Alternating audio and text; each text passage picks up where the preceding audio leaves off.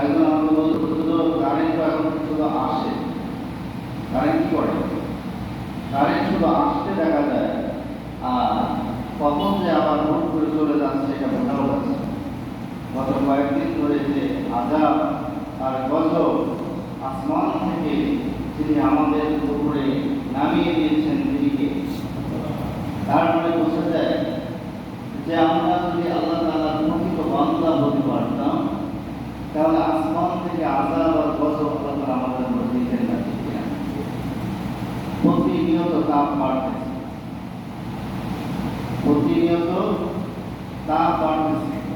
আবার একই বাংলাদেশ সিলেটে আবার বন্যা হচ্ছে।